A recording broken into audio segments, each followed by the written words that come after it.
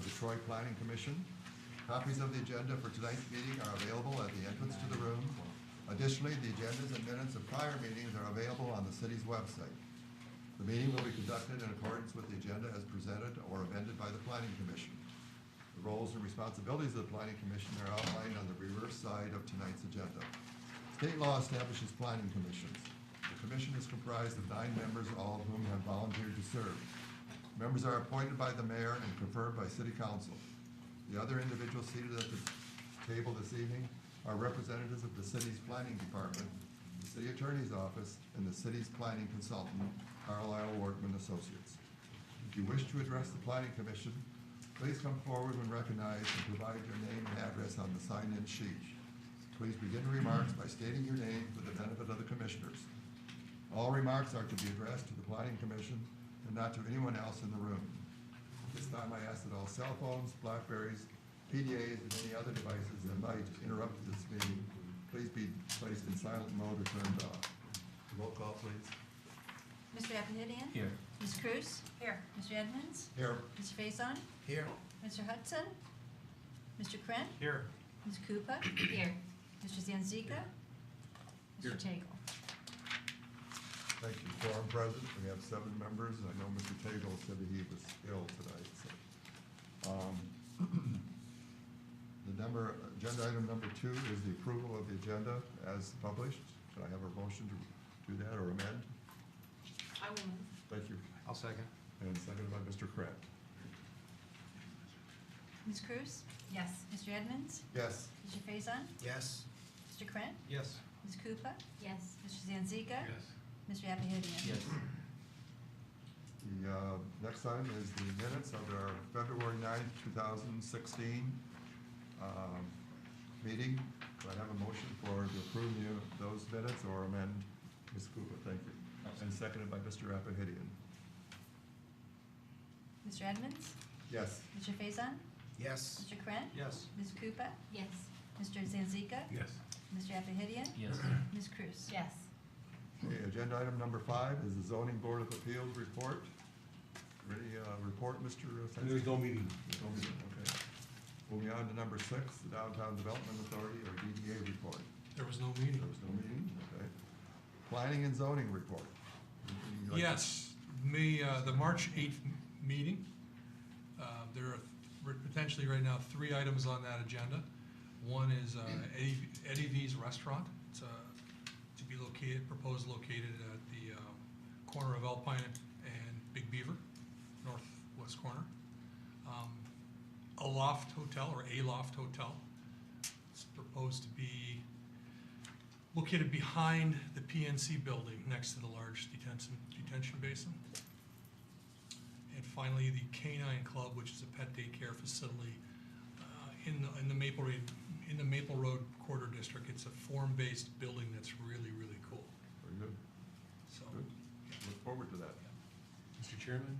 Yes. You might want to go back to item number 4. I believe you missed it. Oh, I beg your pardon, thank you. We missed agenda item public vote number 4, which is for items E. Is there anyone in the audience who wants to speak to an item that is not on the agenda? Seeing no one, we'll go back down to the, I think we're ready, and planning, we already did planning and zoning before, right? Yes. Okay. Let's do agenda item number 8, preliminary site plan review, file number SCJPLN 2015-0016. Proposed estates at Willowbrook, 28 units or lots, east side of John R., south of Wattles, section 24, currently zoned R1C, one family residential district. Is that you, Mr. Carlisle? Yes, thank you and good evening. The application for this project should be familiar to the Planning Commission. I believe this is either the 3rd or 4th time it's come back to the Planning Commission. Based on the last review by the Planning Commission, the applicant has resubmitted plans. The changes to the plans from the last review included the addition of 28 trees. That's equal to the number of lots, so the applicant is proposing to put 1 additional tree on all of the lots. They have additionally provided 4 different building types, which actually is a total of 13 varied elevations. My report said 4 elevations. Those are 4 different building types, but actually in total There's 13 elevation options included, and including one of the building types is a ranch-style home. And lastly, they have revised the language in the master deed to state that the developer will maintain the outlots until it is either turned over to the homeowners association or that lot is developed in the future.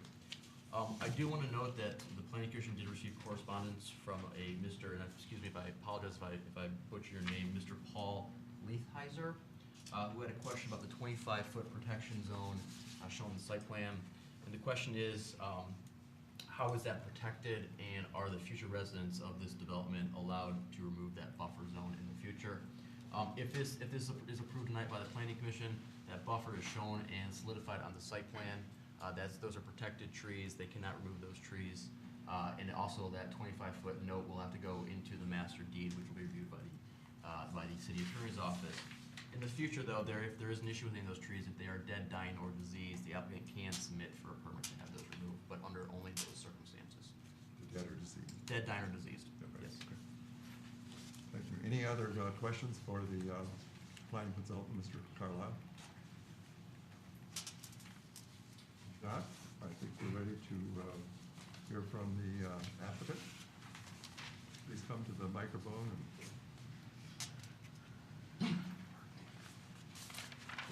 Good evening, Joe Miniacci from Langhand Investments. I believe Ben went over all the comments. I hope the plan meets to your satisfaction now. Anything else? Any questions for Mr. Maniaci? Well, maybe one. Mr. Kraft?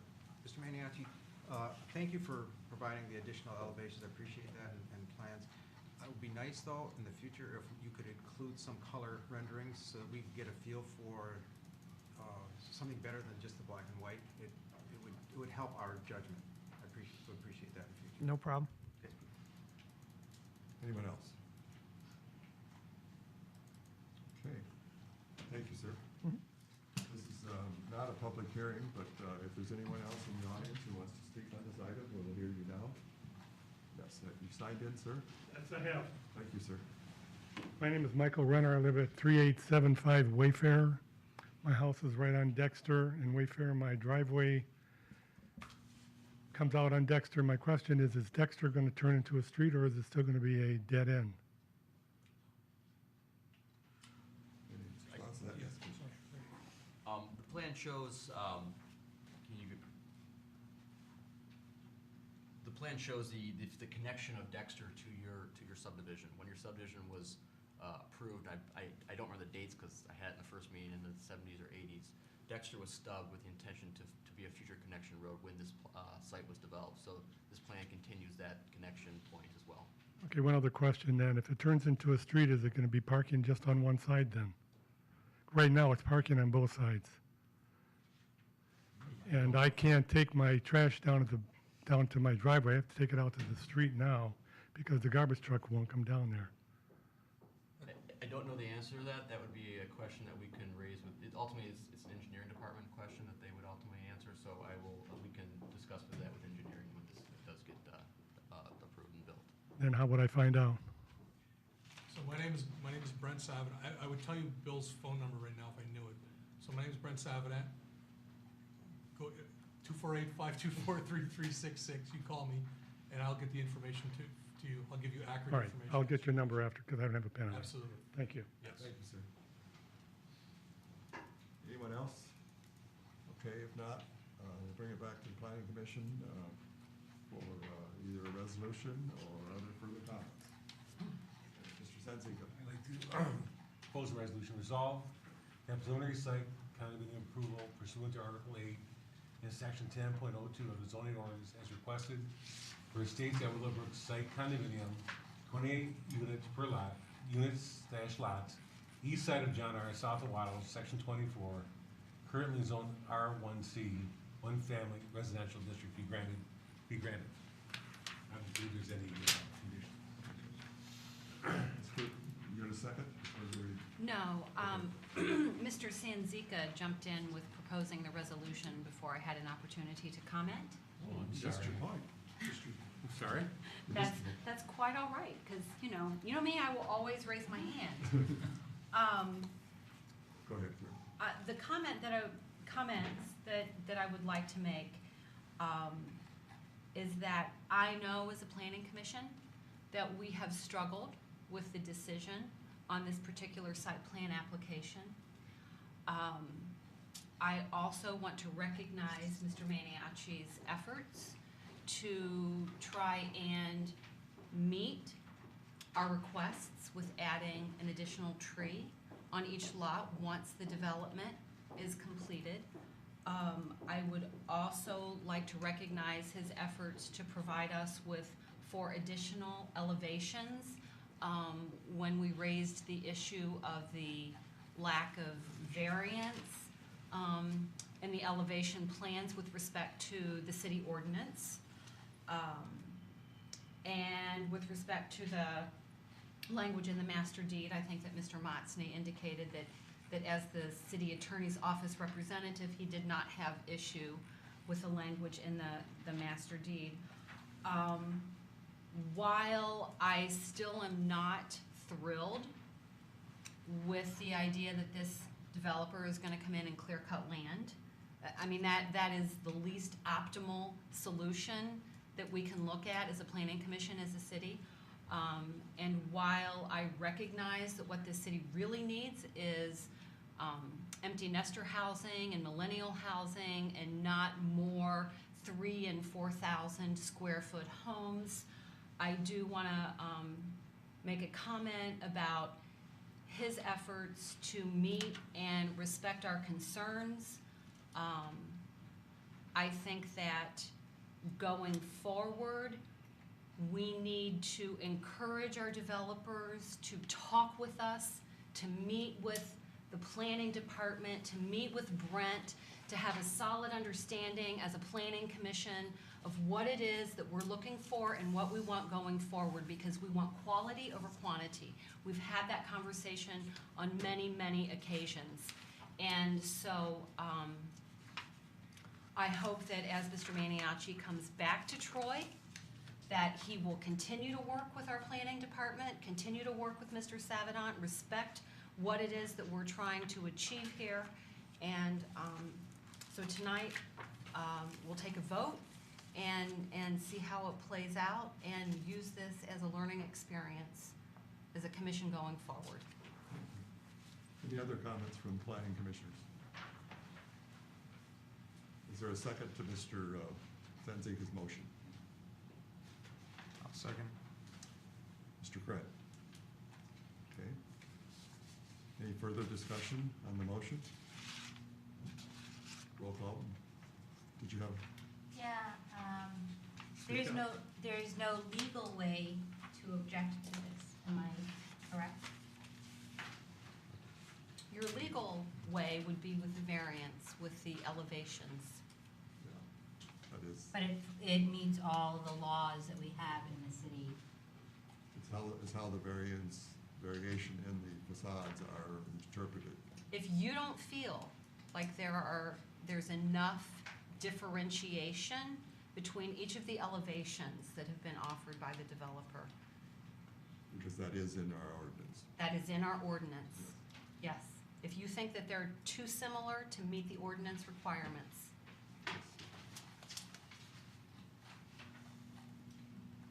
Thank you for the input. Anyone else? Can I ask Yes, Mr. Ms. Savage. Koopa has any specific concerns? I do. If you look at the amount of mail and information in the packets, and as well as various people who have come to the podium to speak on this issue, I am struggling with how to vote on this, because we meet the letter of the law, and to deny it is against that letter of the law. But then if you look at the spirit of the community, you're stuck. If I may, I think we need to look internally within ourselves. That's our ordinance.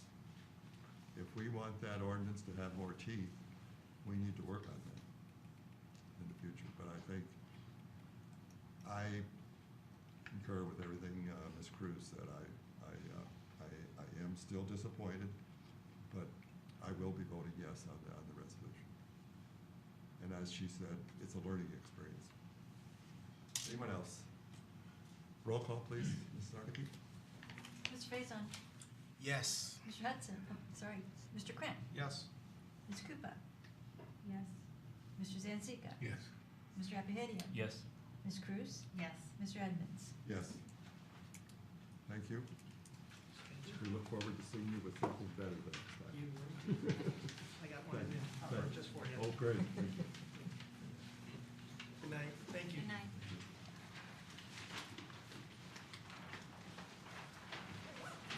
Okay, agenda item number 9 is a preliminary site plan review, file number SPJPLN 2016-003, proposed Trevco Industrial Building Addition, east side of Stephenson, north of Maple, section 26, currently zoned IB, Integrated Industrial and Business District. And who's going to take this? So, Ben? Thank you and good evening. Trevco is an existing business within the Troy community. I believe that they are in the t-shirt business. What they're asking for tonight is a preliminary site plan approval for 2 additions to their existing facility at 1900 Stephenson Highway. The first addition is a 2,500 square foot office area to the front elevation of their existing building. The second addition is 11,800 square foot warehouse and truck well addition to the rear end of their property. Additional site improvements as a result of the 2 additions, including utility relocation, additional parking area, and overall improved site landscaping. I will note that there are 2 access points off Stephenson Highway. Those will remain in their current location and will not be required to be moved. With the office addition, the applicant is removing 5 parking spaces that are located in front of the building. That brings the site into more compliance in terms of parking location. We don't allow parking in front of IB buildings, so that's a positive. I do note that to compensate for the loss of the 5 spaces, they're putting 20 spaces in the rear of the site. Those 20 spaces are intended to both compensate for the loss of the 5 spaces, but also accommodate the addition of the square footage to the site. In regards to parking, it's worth noting that currently the building is underparked by ordinance requirements. Based on their square footage now, they would be required to have 72 spaces without the addition. However, on site now, they only have 59 spaces. With the addition, they're required to provide 12 new spaces, but they're going to exceed that requirement by actually providing 15 additional spaces. So they're actually decreasing the amount of underparkedness of the site, for lack of a better term. But in total, at the end, they are still underparked by 10 spaces. We did have a conversation with the applicant in regards to this, and they do know that they've been in business for a long time. The site currently is overparked. They realize that it's overparked by what their needs are, and they note that they have a maximum shift of 45 employees and a maximum of about 2 visitors at any time. So really 47 to 50 spaces should be sufficient for their needs based on what they are using it for. So we find by actual use of the operation, the parking as proposed is sufficient. We do note, though, that however they are sufficient in terms of numbers. We do note that they are under the total number of handicap spaces, so there's a code requirement that they need to meet for that, so they'll need to convert some of the proposed parking into handicap spaces as well. And we do note that they are deficient in required bike parking, so they need to add a bike parking rack. The building additions do meet all the requirements of the IB zoning district. But we do note that they did not include dimensions on the plan. We scaled them off and do note that they do meet ordinance requirements, but they do lack dimensions, so those need to be added to the final site plan.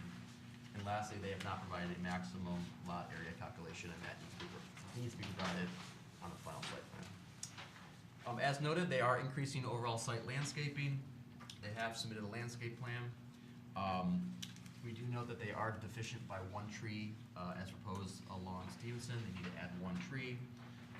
The applicant is providing a variety of shrubs along Stephenson.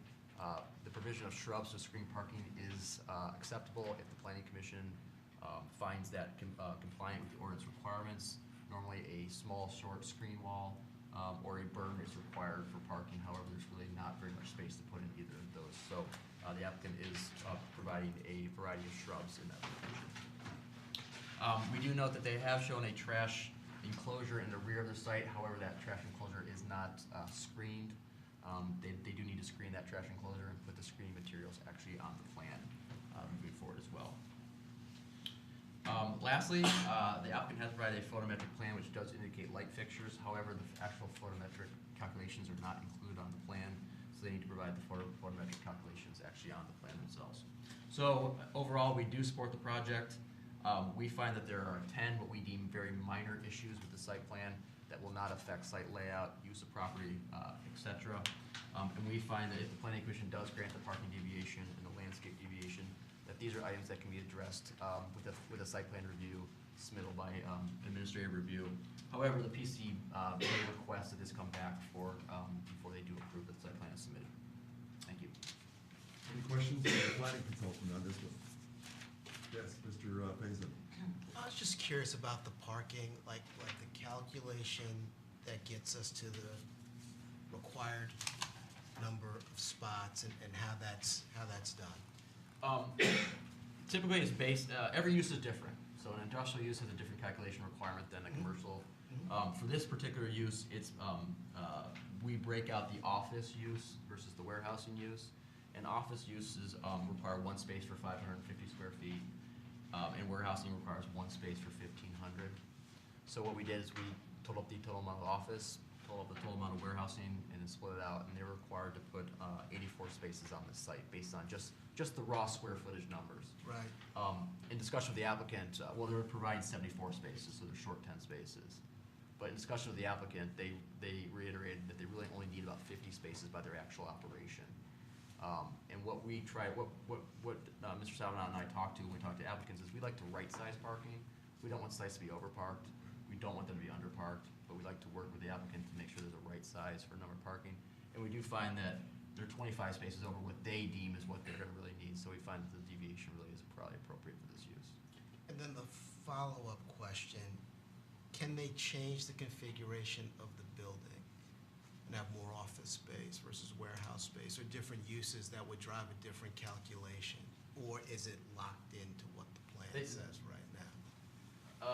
The question is, in the future, can they do that? Right. Or a future tenant or future owner?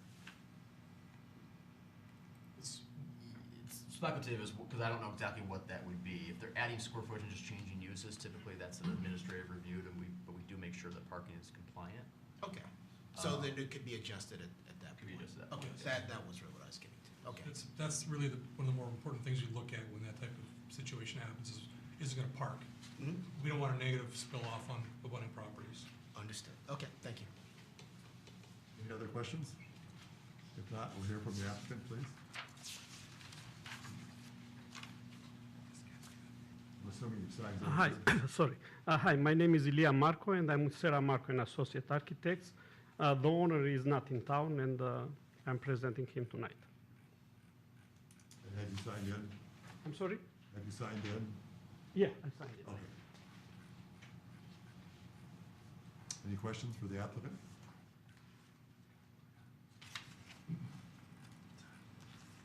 Do you find any problem with the conditions that will?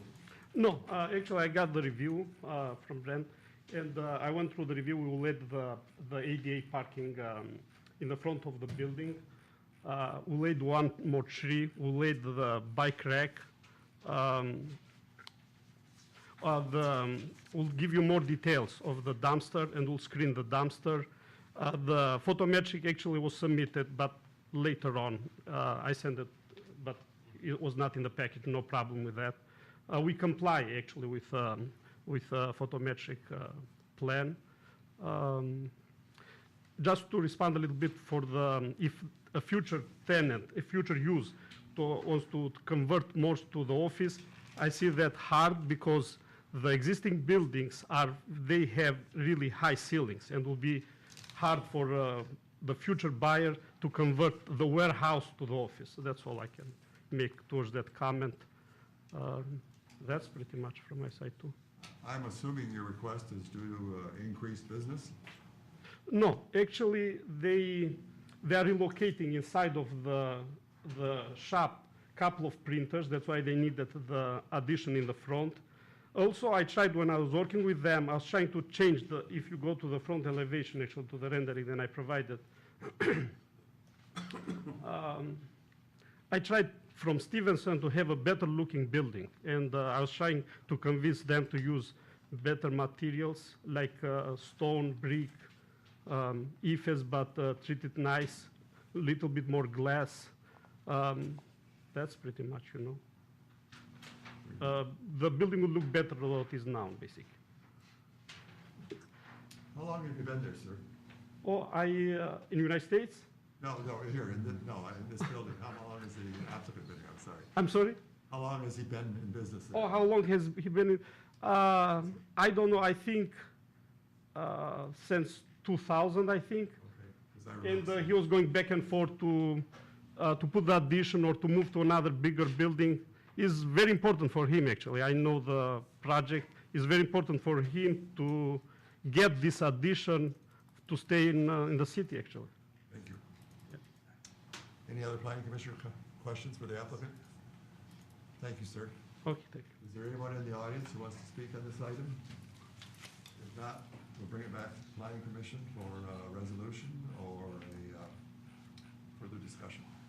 Mr. Kreb. I just want to commend the applicant for this improvement to our city. I think that new frontage on the building is an asset. I'm glad they're doing that. Normally, when they have 10 items that are not complete, kind of gets me thinking, no, I would like to postpone it and see these items. But since our planning consultant verbalized that these are minor things, yes. Did you notice the way I worded the resolution for your consideration tonight? No, I didn't, I read it days ago, but I didn't remember exactly the wording. Would you elaborate on that a bit? Well, basically, the report that Mr. Carlisle prepared listed 10 items. Well, one of the items was approval of the parking deviation, another item was approval of the landscaping, and then there were some other items that we believe were kind of housekeeping. They didn't affect compliance, they didn't affect the layout of the site. So I basically worded it as resolved, Planning Commission hereby approves the parking reduction. Further resolved, they approve landscaping, and we recommend approval conditional on addressing the other items. So I took what could look as kind of an overwhelming list, which we don't believe is, and I made it look more appealing to you. Good, yeah, I see that now. And so because of those, and again, I don't see a parking problem for this tenant. My only thought is in the future, if this building is sold 30 years from now, and then the next tenant moves in, what do? Are we underparked? That's my only real concern. Give me some input on that. Sure. Mr. Carlisle indicated that parking is not permitted in the IB district. He's partially correct. It's permitted under a sustainable development project provision. So if parking was an issue, the applicant could seek SDP approval for additional parking in the front, and the applicant could come up with creative ways to add parking to the site. So we recognize that this building's been here a long time. It's going to be here for years and years in the future, and uses evolve. So there is flexibility with parking reductions, SDP, and he's got a very creative architect. He's a very solution-driven guy. I like working with him, and they'll come up with ways to address the problem if it comes up. Ms. Cruz. My comment has to do with the trees and the landscaping. If I'm going to give a residential developer a hard time about their trees, I don't want to dismiss or discount how important it is for a commercial property to also pay attention to their trees and their landscaping. I see that this particular application is one tree short of being within the ordinance requirements, and that he is willing to give us the 2 required trees in the parking lot landscaping.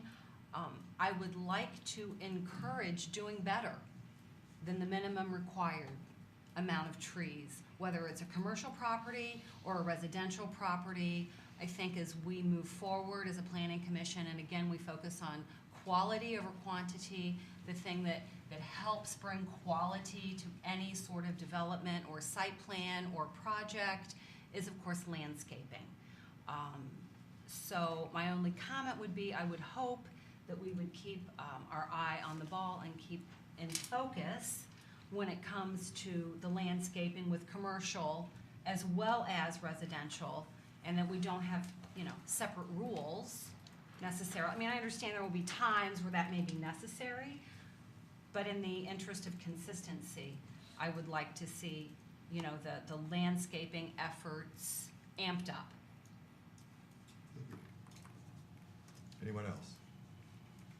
If not, are we ready for a resolution, or do we want to suggest a postponement for some items or not? What page is the resolution on? 42? I'm sorry? 42? 42, okay. It's on the table. This is Resolution PC 2016-2. Resolve the Planning Commission hereby approves the parking lot screening deviation as indicated on the landscape plan. Be it further resolved, the Planning Commission hereby approves a parking space deviation of 10 spaces, bringing the total spaces provided to 74 spaces when 84 spaces are required by the zoning ordinance. Be it finally resolved that preliminary site plan approval pursuant to Article 8 of the zoning ordinance as requested for the proposed Trevco Industrial Building Addition located on the east side of Stephenson Highway, north of Maple, 1900 Stephenson, Section 26, within the IB district be granted subject to the following. We are just approved. Yep, granted. Is there a second to the resolution? Mr. Faison? Any further discussion on the resolution? We're not gonna demand a tree? We're not Oh, gonna? it has to be. Okay, all right. That has to be done. It has already been done, hasn't it? Yes. But, so, did you read number 1, provide missing information identified in the report prior to final site plan approval? I should read that in then. Oh, yes, right. That's right. Of those 10, these 10 items, Yeah, that should be included, shouldn't it? Provide the missing information identified in the report. Some of those other items. oh, okay, instead of reading each Instead item. of reading each Yeah, one. all right, that's That's fine. fine. That was the, I'll add that to it. that was a sneaky trick I just told you about. Yeah, okay. Got me jumping. And Mr. Faison's second includes that also. But does that include the additional tree? Yes. Yes. All the items listed in the report. Right, If you want more trees, now would be the time to ask. right. If you wanted to encourage the applicant to consider additional landscaping, you can certainly do that. I would like the applicant to consider additional landscaping. I think that doing the minimum is what's required to get you at the table tonight. I certainly go along with that. Okay, Do we have to put that in a formal well, the approval? I or think, not? Mr. Mar, who's the parliamentarian here, but I think. We have a motion, you have to either Yeah, vote on it or. you have to amend the either vote motion. it up and down. and Correct. then you can come back. Then we can, That's why I asked, do you want to postpone this? That would be the appropriate way to do it, to encourage the applicant to provide additional landscaping, or what it was the other item, I can't remember now, but. is that Parking? Parking, yes, but. Well, then I'll move that we postpone. wait, we've got a motion on the floor We've now. got to okay. do that first. Do you vote up or down So you can, if you vote it down, then we could come, with another resolution? reconsider it, is that? Well, I'm not a voting member of the planning commission. The applicant's sitting right there. Yes. He heard the request.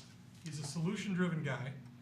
You'll do your best to consider additional trees on the site, correct? Okay, additional trees on the site are already. Certainly, please, because otherwise they can't hear it on the tape. I don't know if it's working anyway. Additional trees are already on the site. Is the detention pond in the back.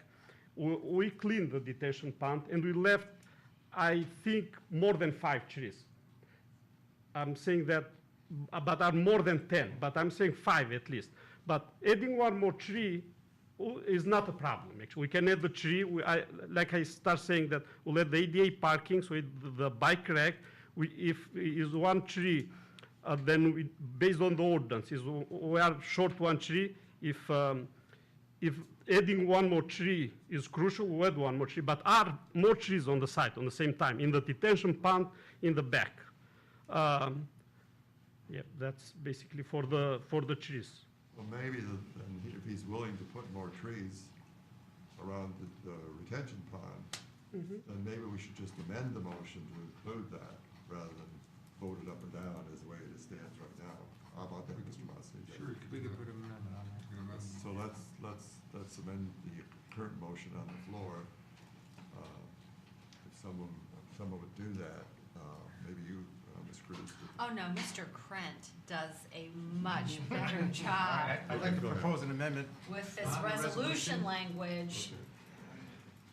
and that would be to include an extra tree or two. Oh, no. 1 or 2 trees that won't be enough. It won't be enough, all That right? won't be What would you recommend? Well, certainly, like I said, we want to encourage quality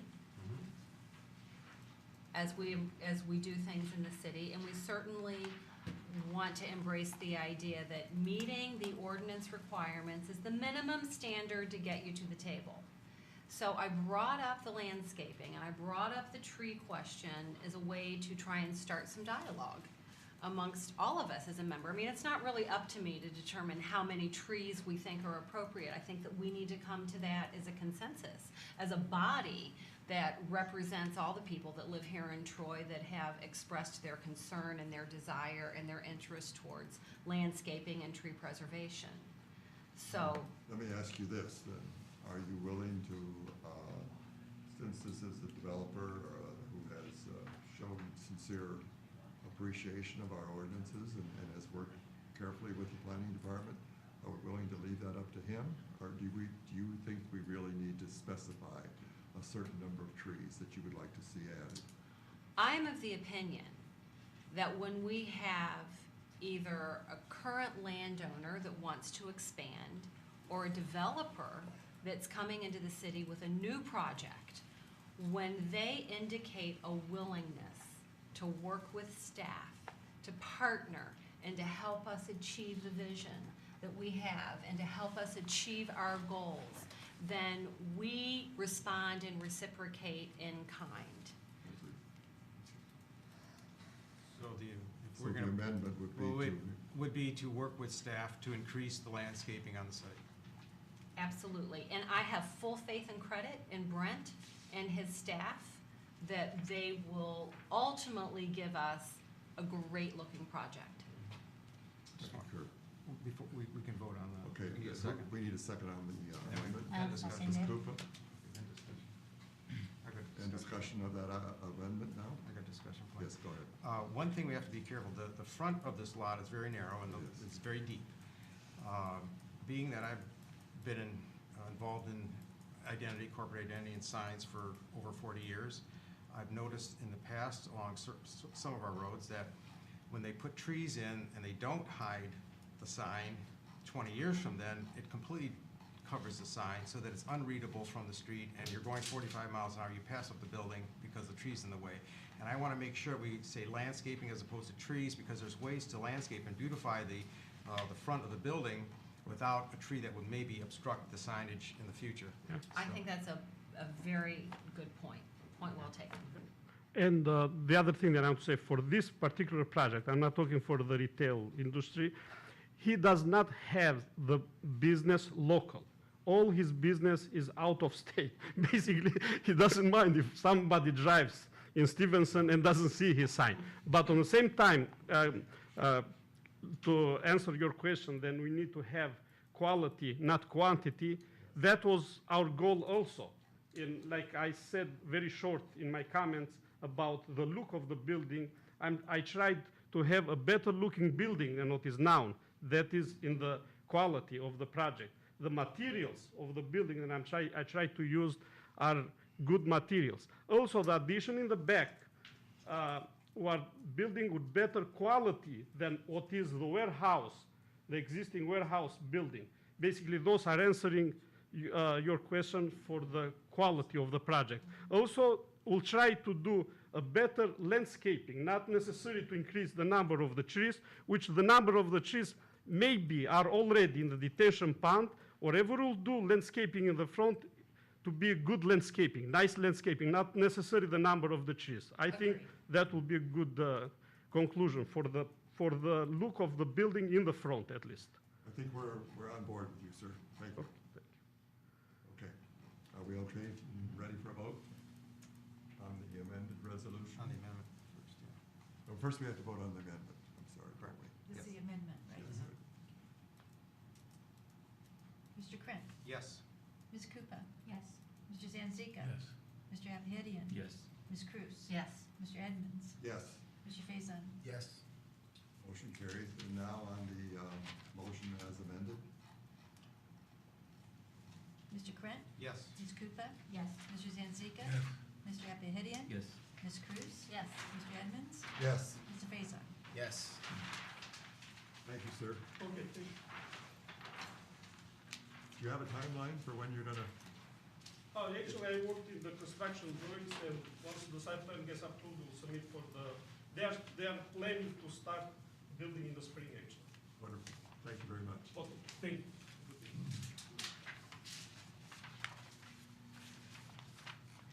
Okay, we're now ready for other business on agenda item number 10. Conditional rezoning application, proposed Andale, file number JPCR 2016-001. Proposed Andale Commons, north side of Big Beaver, east of Livernois, between Troy and Frankton, section 22, from R1E, one family residential, district, to BB, Big Beaver District. Just before Ben starts, so the next two items are both conditional rezoning applications. Obviously, as a rezoning application, they require review and feedback from the planning commission, ultimately a public hearing by planning commission and a recommendation to council. So what we've found is the most effective way of engaging, having engagement between the applicant and the planning commission is to first have an informal discussion like this prior to a public hearing.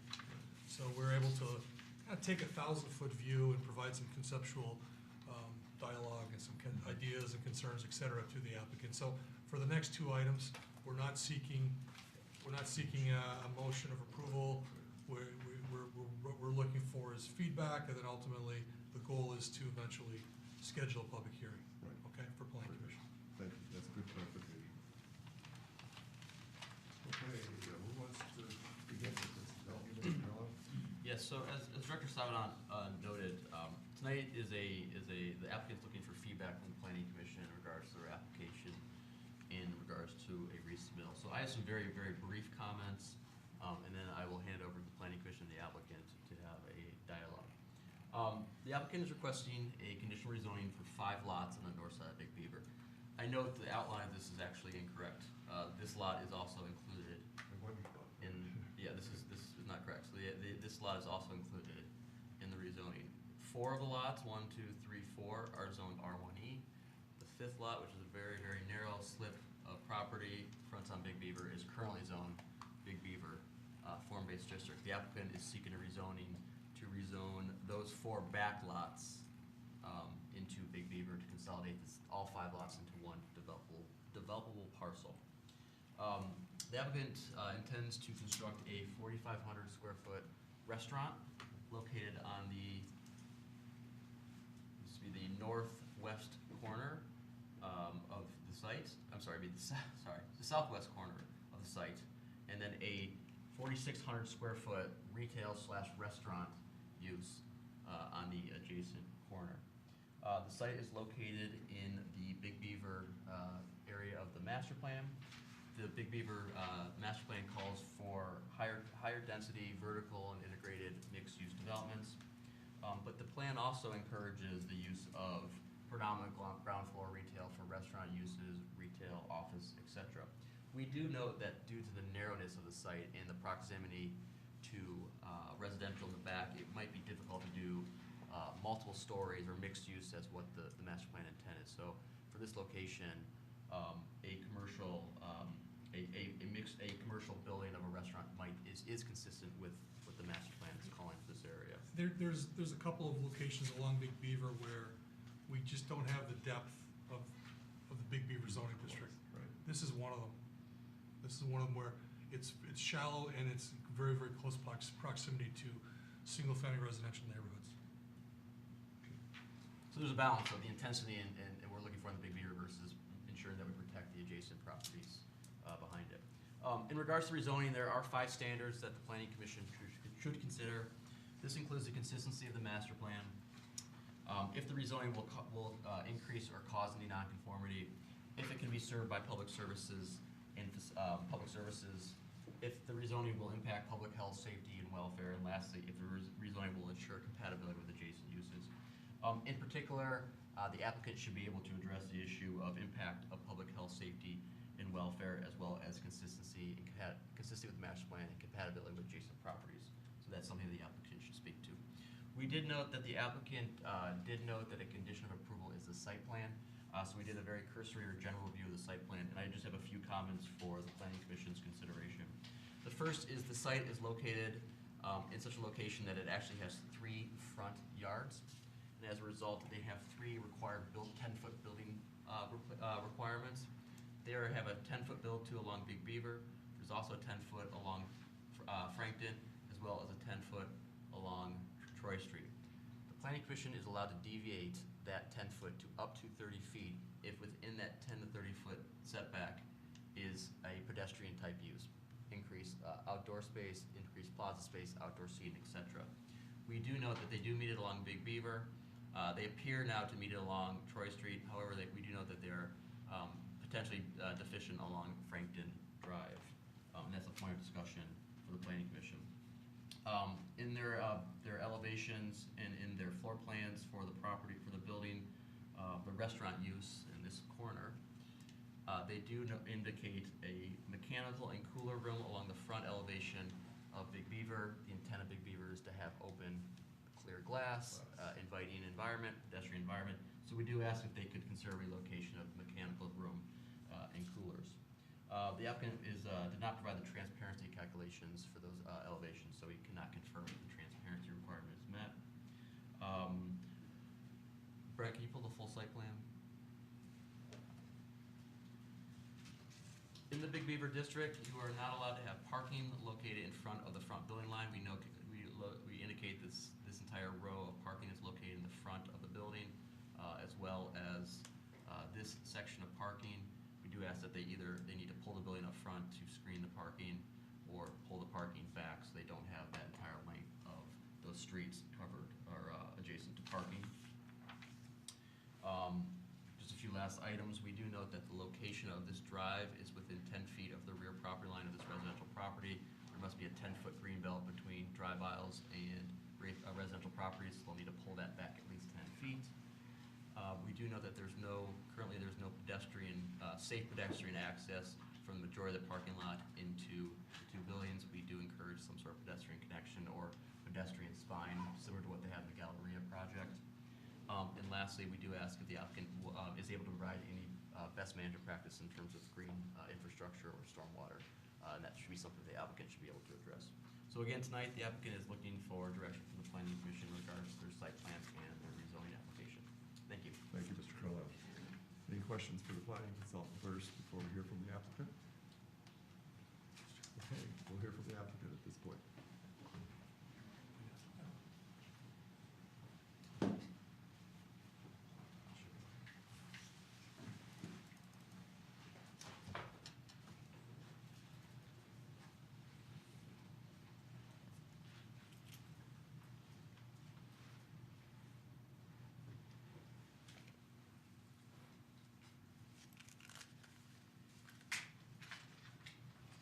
Sorry, you were going to ask me if I signed in.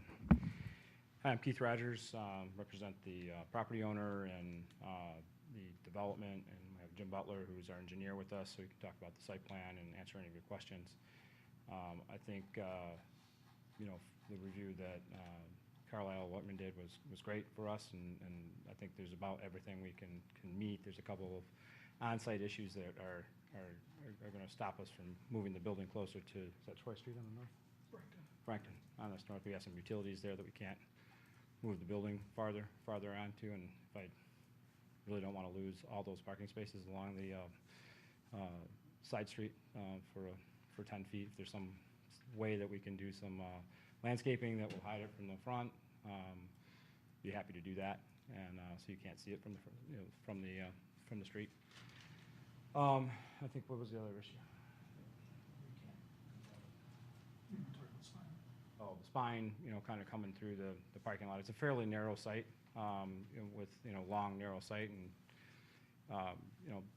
there's sidewalks on both sides, there's sidewalk on the front.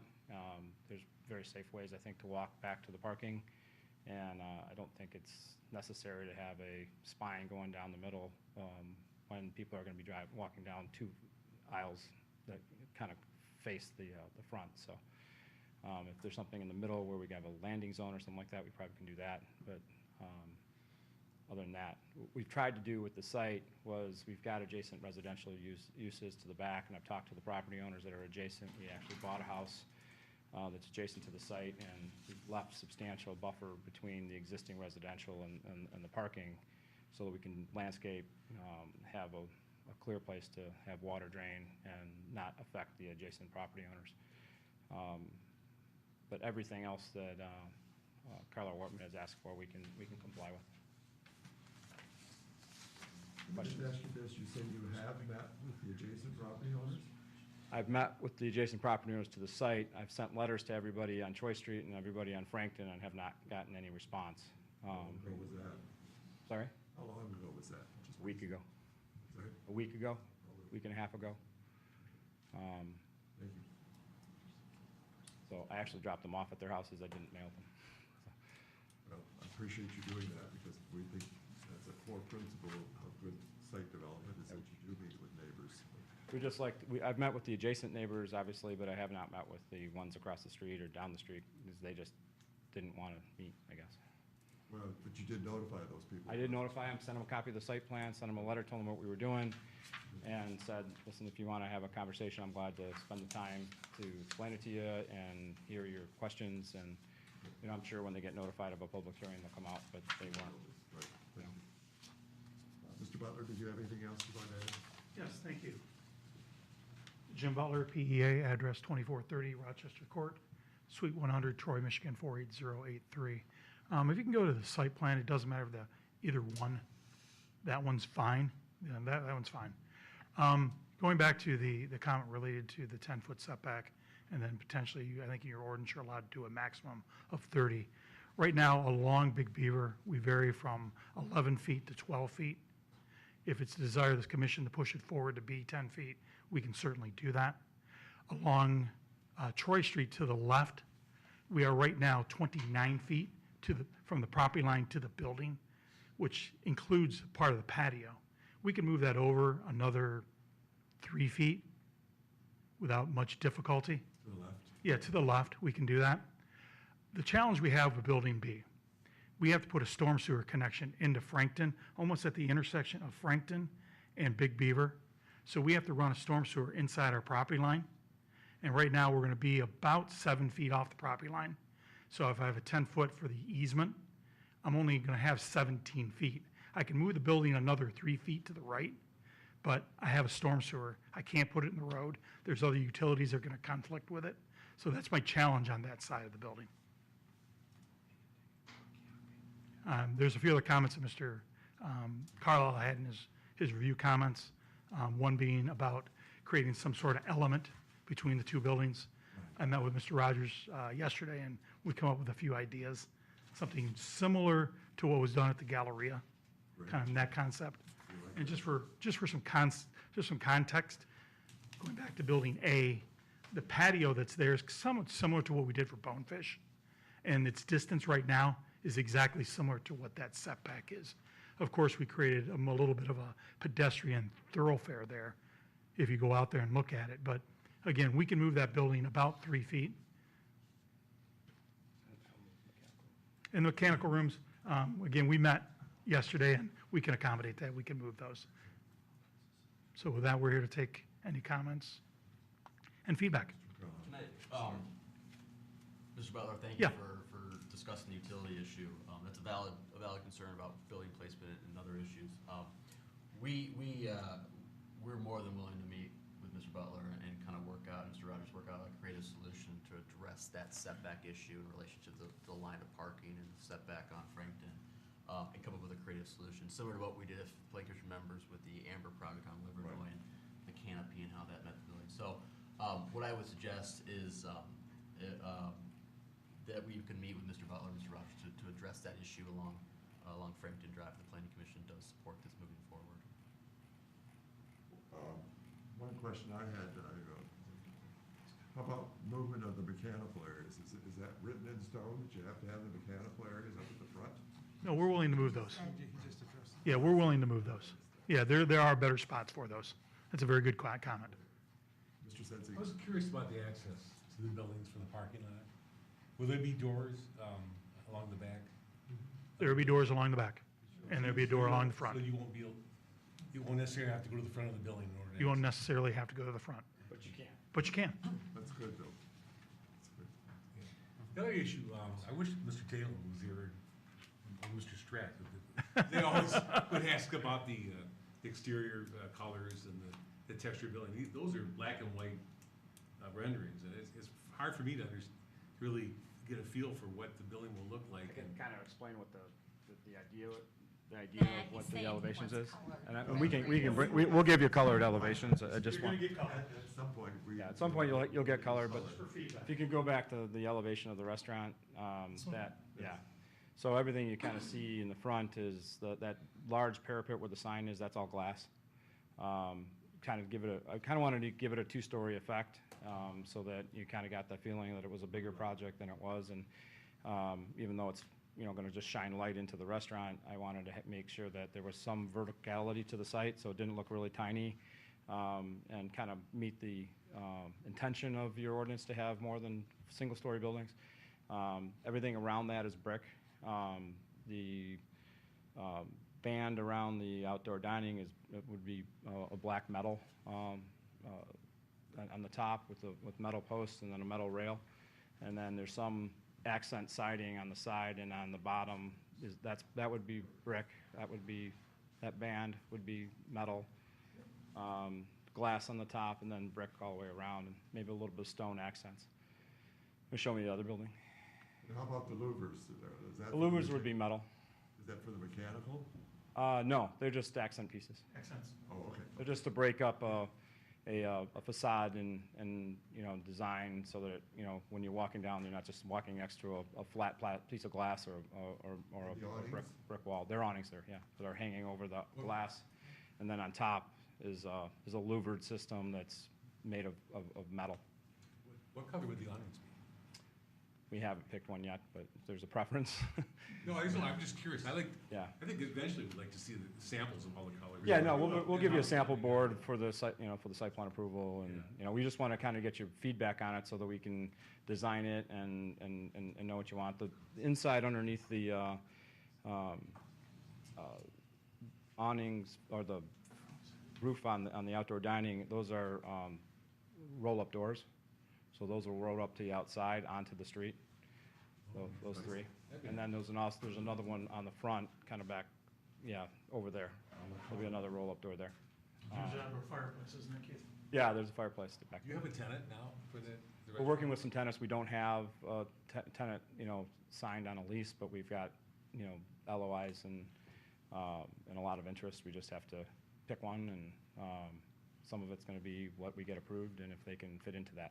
So we're kind of doing it a little bit backwards from what I like to do it, but the way the zoning is, I have to do it the way, this would work for everybody. Mr. Sensi? I had another question regarding the best BMPs for the stormwater. And, I see you have underground storage, and it's all, there's no natural grasses or bioswales or rain garden areas, and I'd really like to see something like that. I don't know if you've considered that or not, Mr. Butler, or your architect. But even in the parking lot, too. We're obviously in the parking It's lot. in our master plan. Really haven't finalized what the stormwater management system is going to be. A couple suggestions and a couple things we've done in the past. If you look along Big Beaver, you see those planting areas. If you go out to the Galleria, those are rain gardens. Because there's no other way to drain the water. We couldn't get a storm sewer system. So we ended up putting under drains in, and those are actually rain gardens. Talked to Mr. Rogers yesterday about the area at the northwest corner of the site. We have some landscaping up there against the residential.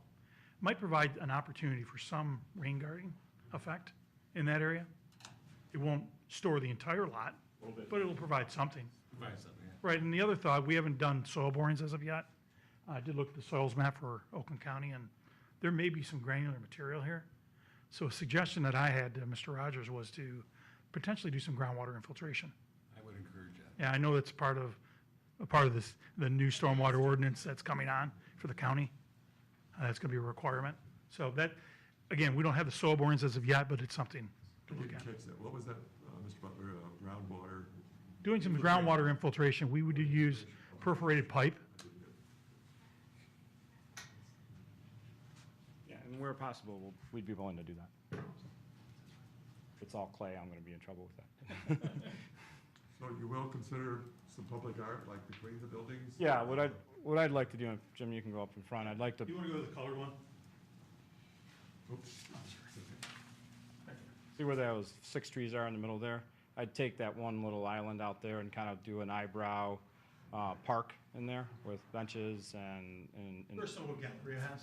you know, and then create a central area where we could put a piece of art or a fountain or something that makes, you know, aesthetically pleasing as you're walking by, someplace for people that, you know, it's a public place to rest rather than a private place to, you know, as part of the retail. So, That also attracts customers too, so. yeah, we'd like to, you know, if you're walking your dog by and you want to sit down and sit there, that's great. So, don't want them in the outdoor dining, but they can take their dog there.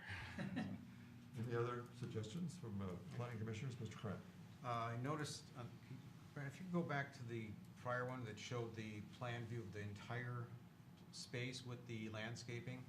The landscaping? Yeah, because our landscaping one didn't show as much screening on the east side of the property as it's shown on this one. At least I didn't find it, maybe it is, but I didn't see it. That's the same plan that's in the Okay. package, should be described. All right, the important thing is screening from the neighbors. I'm really pleased how you handled that northwest corner, because that property line is so darn close to that house. I mean, it looks like 5 feet or less. I mean, I realize they're older homes, different time, and they had different requirements for a setback, but boy, that's really tight. I'm glad, because that was my first concern when I looked at the overall plan, to see, you know, I looked at how close your property line really is, the property line between your land and the neighbor. And I'm glad what you've done there is provided that real depth of landscaping between that property. It's really essential you did that. I'm very pleased to see that. My other concern is on the east side, on Frankton, I'm sorry. There are homes really close to Big Beaver. I mean, they come right up, almost to just one lot north of Big Beaver Road itself, there's a house. And my concern is to make sure that house doesn't see anything but green when they look out their front door. So I see you've got landscaping there and some trees. That's great. I'm glad you addressed that. I just want to make sure that we don't negatively impact the view of the residents on this property. And it's nice that even we've got the whole northern part is all parking. So what the residents there were familiar, were looking at a vacant lot before. They'll be looking at basically a vacant lot today with. Correct, that was the whole idea. So that's well planned. I appreciate The gentleman who's on that northwest side on Troy Street has been using the property quite a bit. And I made a deal with him that he could continue to use a portion of it, and that's why you don't see more trees, because that would take out a really big oak tree that's right next to his house. And Nice. I'm glad he's to got a fence actually that's on there that he uses, and he uses that property. And I don't want to stop him from using it. I don't want him to think he owns it, but because we are going to have to do some stormwater stuff there and let water drain there, and I don't want him to have an issue with that. But we did have a very long conversation. He was very happy with this plan. So- Very good. I'm glad you communicated well with the neighbor.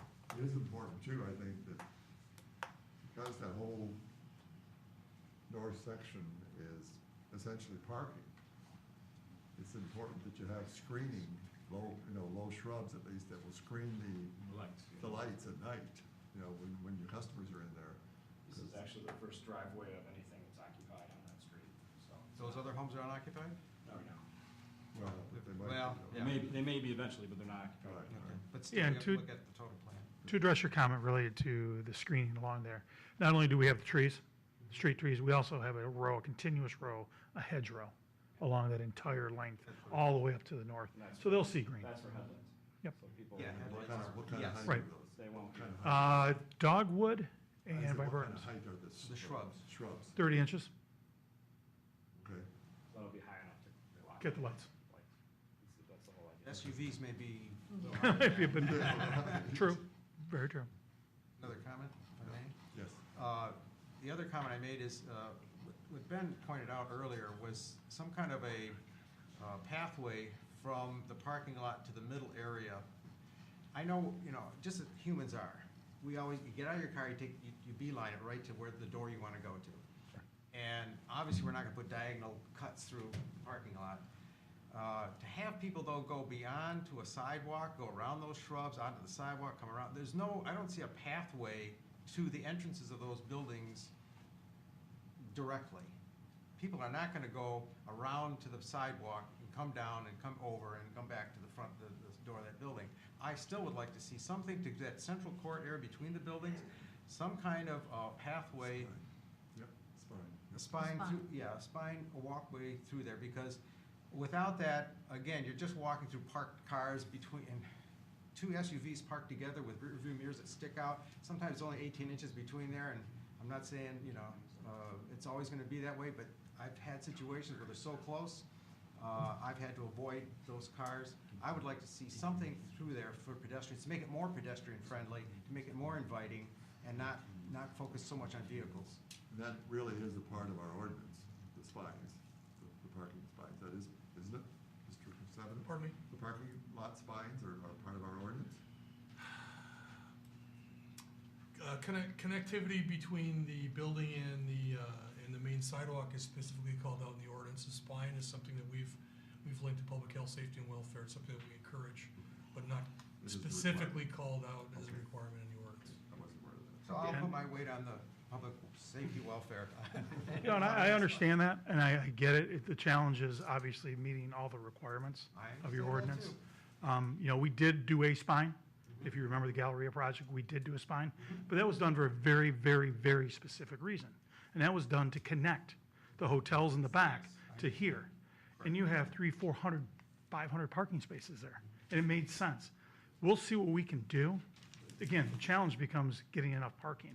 We can, trying to accommodate what you're doing. Yeah, even if that first row, the first row north, or the double row north, if there could be something in there, not carry it all the way beyond, in other words, just up to that.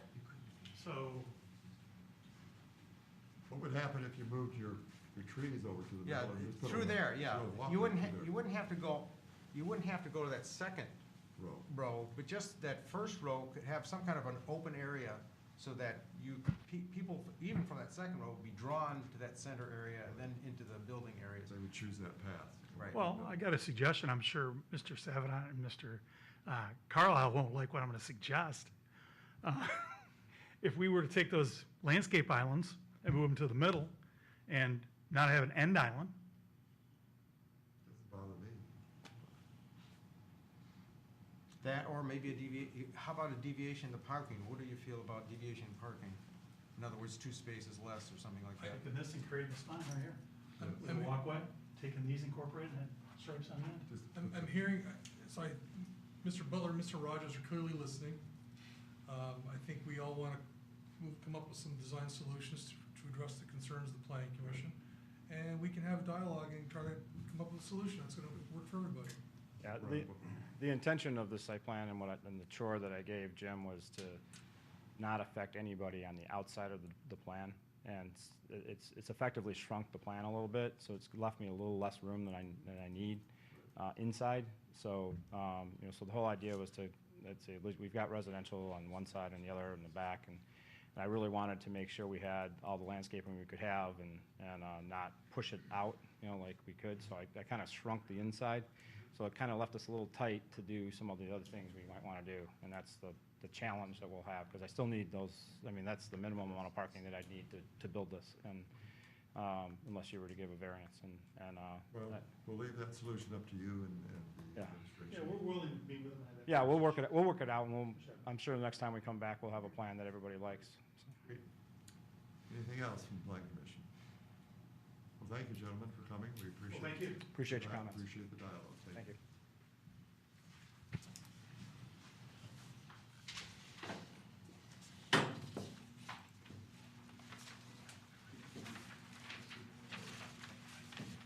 Okay, agenda item number 11 is conditional rezoning application, file number CRJPCR 2016-002. Proposed IHOP restaurant and retail, east side of Rochester, north of Big Beaver at 1033 Urban Crest and 3132 Rochester and 3130 to 3142 Rochester. Section 23 from R1E, One Family Residential District, to GB, General Business District. Thank you. Similar to the last application, tonight is a conceptual plan review for conditional rezoning for a property on Rochester Road. John Baker is the applicant. He's here tonight to answer any questions that the Planning Commission may have. Mr. Baker is proposing an IHOP restaurant and a retail center with a new drive-through restaurant located on Rochester Road. He is proposing to reuse the two existing buildings on the site. Mr. Thumb, yes, thank you. Just for education, this is the current, or the former Mr. Pita site. He's proposing a drive-through use on this location. And this building is, the front half is going to be the IHOP, the back half is going to be a retail use yet to be determined. The application includes this parcel in the back along Urban Crest. That is currently zoned R1E. The applicant is conditioning the rezoning on picking that parcel up and including the development, and that area is going to be used for parking and circulation for the two uses. That would be GB. This back parcel right now is zoned R1E. These two parcels are zoned GB. So he's asking for rezoning for this parcel to combine it with all of this for the conditional rezoning of the entire site. So it's important to remember that he's not seeking conditional rezoning for the entire site. The existing buildings are already zoned for what he wants to do. It's the additional parking at the back to allow for a drive-through use that he's seeking. So when we first met with the applicant had offered the site plan as you saw as a condition of approval. However, in discussions with the applicant, he did note that the drive-through use right now is speculative. They don't have a set user for that drive-through use. Because he's offered the site plan as a condition of approval, basically it puts the city in a awkward position of approving a site plan for a speculative drive-through with required special use. And I didn't feel that, Brett and I didn't feel that the Planning Commission would be amenable to that, and ultimately the City Council be with. So in discussions with the applicant, we did talk about doing a concept plan, which is permitted under conditional rezoning, where the outlines kind of development parameters for the rezoning and the conditional use. And so what the applicant tonight is looking for is some general ideas on the site plan as shown, and we will meet with the applicant after this meeting to talk about how we're going to move this to the next step. But right now, he's just looking for some conceptual ideas with the site plan as submitted. When I talk about the site plan, I really want to just focus on a couple issues specifically that were outlined in the master plan. As the Planning Commission is aware, we spent a lot of time looking at Rochester Road as part of the master plan process, and have actually a very detailed, specific plan for Rochester Road. And there's really three elements of the Rochester Road master plan that apply to this site. The first priority of the special area plan is enhance the image and identity of private investment through public-private partnerships along the corridor. The second is to improve access management, and the third is to preserve the adjacent residential character and encourage compatible development. All three of these principles really do apply to this development.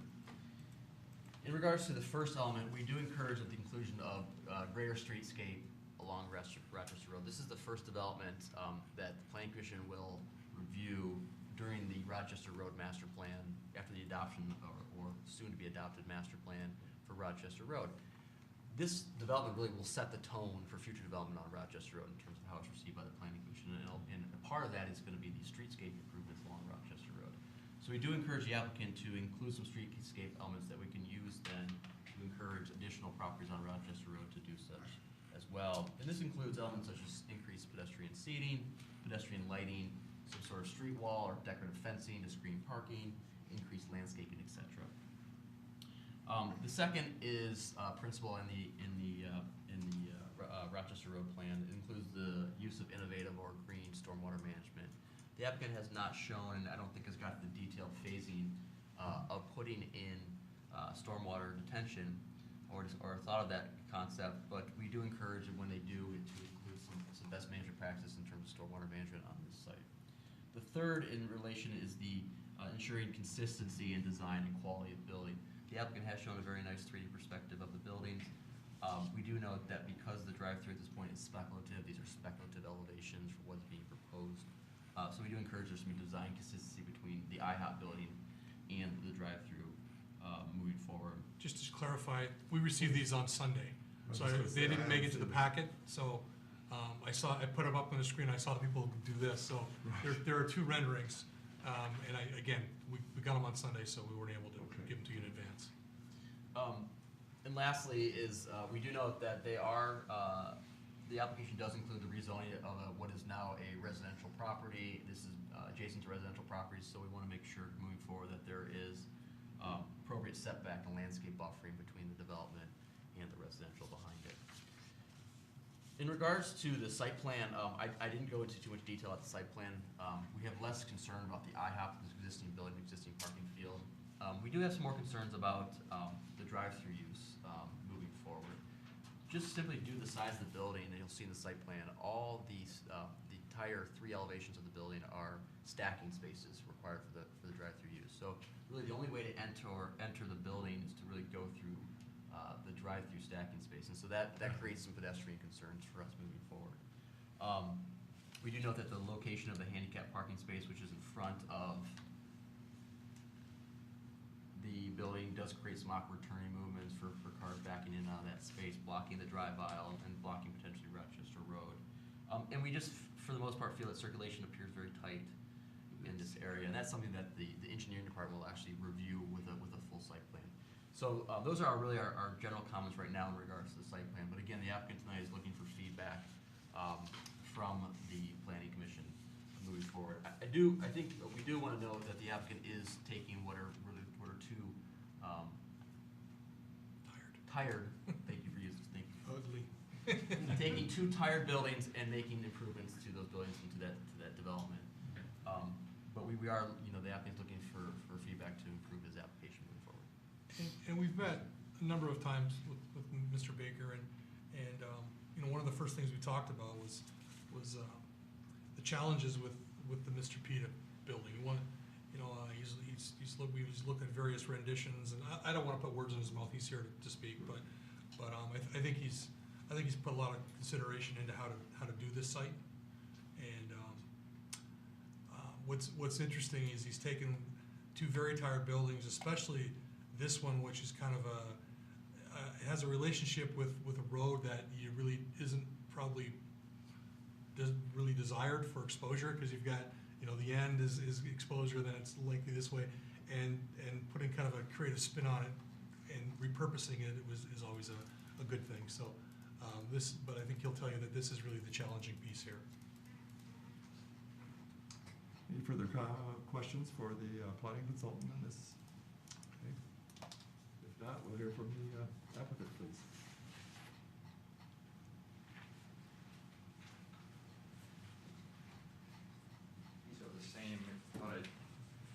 sure how because we did get them late. And they apologize for the delay in getting those to you. They're not going to stay.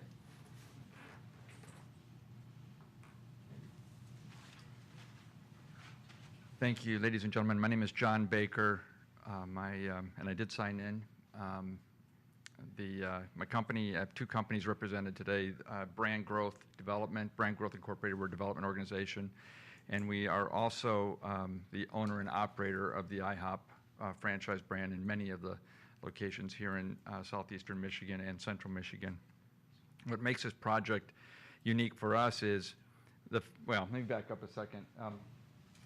We've looked for properties here in Troy for many years. We've been building and developing the IHOP brand for about 10, 12 years now here in the Detroit area after buying some very failed, some very bad locations from IHOP Corporation about like 10, 12 years ago. That growth has been good for us, and we continue to grow, and we are now the only ones allowed to build IHOP restaurants in about 2/3 of the state right now. The opportunity to come to Troy is a real honor for us to be here. We've always dreamed of it, and we hope you'll find our project or find a way to get our project approved. When we found this location, we're under contract to purchase this from a developer. The developer had bought this property, I'm not sure when, but he had bought this property as well as the residential property that sits behind the Mr. Pita with the intent to redevelop this into a nice project. He had preliminary plans drafted. He did a lot of engineering work, and he also had spun this project several times to try to find a viable project that would give him the returns that he needed to proceed. He was not able to do it, and thus he put the project up on the market, and we came along uniquely in a position to be able to occupy a significant part of the square footage, which gave some assurance for the returns necessary to make it viable. And we also made some other concessions to the project that I'll explain here in a moment that we think help solidify a good project long-term, not just a tenant change or an end cap, if you will, under an existing building. The building, as you know, you've lived with it for a long time. I'm new to this neighborhood and this community, but I think, I don't know, circa 1975, 1985, probably when it was built, based on the architecture, and from the way it looks, it hasn't been touched since that time. And there's some obvious reasons for it. One of them is, as Brenton mentioned, just the orientation of the building to the primary marketplace, if it's Rochester Road, is flawed, and it can't overcome that flaw. It just can't seem to get there. So what we ended up doing is, since we're taking a large footprint, the IHOP will occupy about 5,500 square feet. The building is currently 17,000 square feet. What we've proposed in this is to shrink that building. By the way, the building is constructed, it's a block building with a simple truss system, so its ability to rehab it and do something nice and hopefully spectacular with it is good given the existing structure. But we're proposing to remove about 1/3 of the back portion of this building and provide for landscaping and parking on the backside, where right now the retail space is virtually useless, or seemingly has been over the years with a variety of tenants coming and going. So by taking 1/3 of the building off, we render the building out roughly about 12,000 feet, if I'm not mistaken.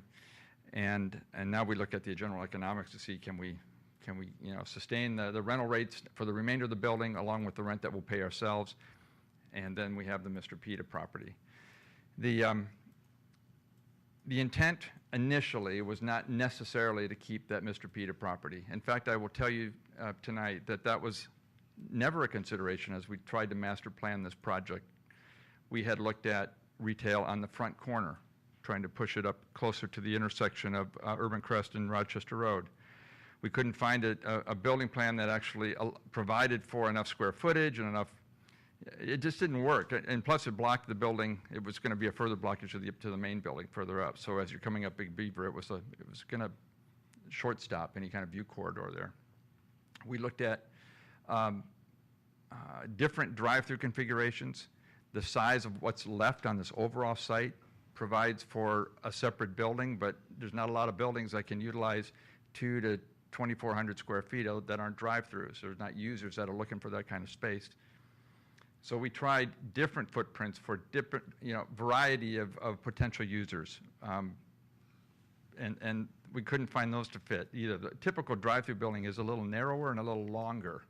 But we're constrained somewhat with trying to maintain a good buffer between the next residential neighbor. We're taking out one, but there's still one behind us. And in consideration to that property, and your code talks to that if I'm not mistaken, we're providing a minimum of 75-foot buffer between that residential property and our first property. And that's why we couldn't really go back too much further with another building. The last thing we said is, well, let's try a drive-through on the Mr. Pita building. And frankly, I don't disagree with Mr. Carlisle's comment about the drive-through lane being a horseshoe, which is a very common drive-through lane for most, or not for most, for some drive-through uses. In fact, McDonald's built an entire fleet of stores with that same drive-through lane. I do think, though, we can mitigate that. I've looked at it since we met last week, and I think there's a number of options to mitigate that drive-through horseshoe that's created that impediment for pedestrian access to the building. We are, beyond that, the stormwater comments that were made, we're totally open to that. We have met with the engineering department. Our engineers met with the engineering department. They do have a solution. I've actually made some notes from the comments from your prior discussions. I think we can even do better. There's not a problem tying in with the existing stormwater, and there's virtually enough capacity, according to your engineering department, to handle this site, but there's a few more things I think we can do to pick up the minor shortfall that exists. I think that's it. Any questions? Mr. I'm Sensi. just curious, I don't know how large the IHOP restaurant is, how many seats there are, but it seems like the parking is very limited to the IHOP restaurant. And maybe you could, it only seems like there's like 8 or 10 sites that are in front of the building. Yeah. But the IHOP is in the front of the building, isn't it? Yes. So you'd have to walk all the way from the back to the front of the building if they were to Yeah. go to the restaurant. That seems like a little inconvenient to me. It's, well, it's certainly not optimal, I'll grant you that, but it's not uncharacteristic of a number of our locations. In fact, we've got a new store in Novi that is exclusively, there's nothing in front, it's all in back, and it functions fine for our use. And there's ample parking on the site. The reason we removed a third of that building is to actually provide the parking, yeah. How many seats will be in the restaurant? There's, I think, I don't recall the plan that we supplied, I think it's right at 200. I could be off a couple, either way. There appears only to be like 10 or 15 parking spots in the front of the building. No, I think the parking count on site is I think we're at 103, which is a big parking field for, well, it doesn't have to, obviously it has to accommodate more than the IHOP, but the hours that the IHOP typically will function are between 7 and 2. Those are the optimal, and those are 60% of the business is done between those hours, and a majority of that is done in 2 days a week, which is Saturday and Sunday. Okay. Mr. Savitt. Mr. Baker, you have other IHOPs in the area? Yes, sir. Could you say where those are? Yeah, in fact, we just opened our 12th IHOP in Monroe in December. We have one under construction now in Flint. And then the balance of our stores, we have, we go from Mount Pleasant to Lansing to Saginaw. We have the store in Lakeside is the closest one here at Lakeside Mall, built about 5 years ago. We bought some stores from IHOP Corporation in Royal Oak, downtown Detroit, Roseville. New development, well, not new anymore, but about 7, 8 years old in Dearborn Heights, Ford Road and Telegraph. I'm probably missing a few. There's another franchisee in the area. They have 3 stores, Ann Arbor, Pittsfield area, Brighton, and Livonia. Those are not ours. Then there's a truck stop IHOP down in Wixom, I believe. Yeah. Is your Flint location on Miller Road? It is. It's not open yet. It's under construction. And Flint Township. Do you know the site? I know Miller Road. We're not impressed with Miller Road. Some of us are. Mr. Craig. I want to follow up on what Ben Carlisle mentioned about what we're trying to do with Rochester Road as an overall scheme. The intersection you're looking at, as you know, is the big ones are Rochester Road and I-75. That's a gateway to our city. Yeah. And I mean, Big Beaver is right there too, so it's like, and that corner is the corner. What I'd like to see is creating an identity for Rochester Road as outlined in our master plan, and unique identity elements for streetscapes, point out pedestrian lighting, I think it's critical. If you were to work with our planning department to initiate a theme, I would like to theme Rochester Road, especially from Big Beaver to Wattles, but maybe beyond that, all the way up to maybe Long Lake. But the idea is, you're the first. I mean, it's like, great, you know, we've got somebody that's I mean, your designs are really well done for what you have to work with. But I would like to see you work with the city to say, look, we're gonna develop a shopping district theme here, and we want it duplicated all the way down Rochester Road. I would try to get that going with the city so that we really create a destination place, as opposed to just what is now a hodgepodge of a lot of strip shopping and, you know, just all different stuff. I would love to see it as, my gosh, we've arrived at some place, as opposed to we're just anywhere. So that's my big thought, you know, utilizing what's in our master plan. Well, if I may, when we looked at this initially, we received your overlay or your specific plan for Rochester Road. Ironically, I don't believe this site actually falls into that. I think it's excluded. I think it picks up right behind us. I could be wrong about that, but irrelevant. We looked at it, and we wanted to pick off as many elements as we could, at least initially, to that plan. But we also looked heavily at Big Beaver. The materials that we're proposing on this building, I think, are certainly an enhancement to what you'll typically see up on Rochester Road, thus your point of trying to continue something. The building is limestone, precision limestone on the lower portion, real walnut planking on the facade in the front, excuse me, and then a very architecturally attractive screen on the top to hide all the equipment, but not to be an equipment blind, but literally to be an architectural, component to the building. So we tried to bring, and I was, if we didn't get there and there's more, we're wanting to do more. But we wanted to show you we're committed to doing a good project and to give you what we think you deserve on that same corner. We agree with you 100%. And just to follow up, the architecture I'm really pleased with.